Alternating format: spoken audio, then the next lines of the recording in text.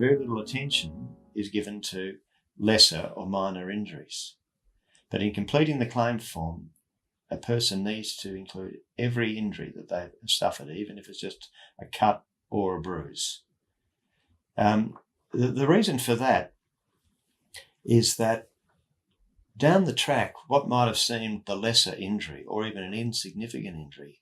might manifest itself in a more serious way,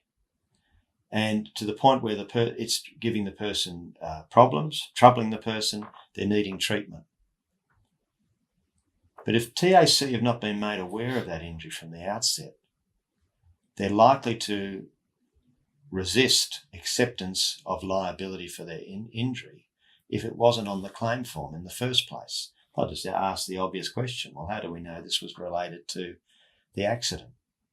If it was related to the accident, surely you would have included that on the claim form. So all of a sudden, you're on the back foot in trying to establish TAC accepting liability for that injury. Now, allied to that, it's very important then that if indeed a person becomes aware of what appeared to be a lesser injury,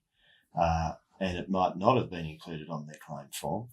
or even it was included on their claim form, but it's starting to cause them more trouble and more problems, they need to let their doctor know about it. Because very often the doctor too has just been focused on what were the more pressing and immediate injuries following the motor vehicle accident and hasn't taken a history of the bump on the head or the knock to the knees or whatever it might be. So the person in that situation needs to make sure their doctor then does get that history promptly and investigates it promptly,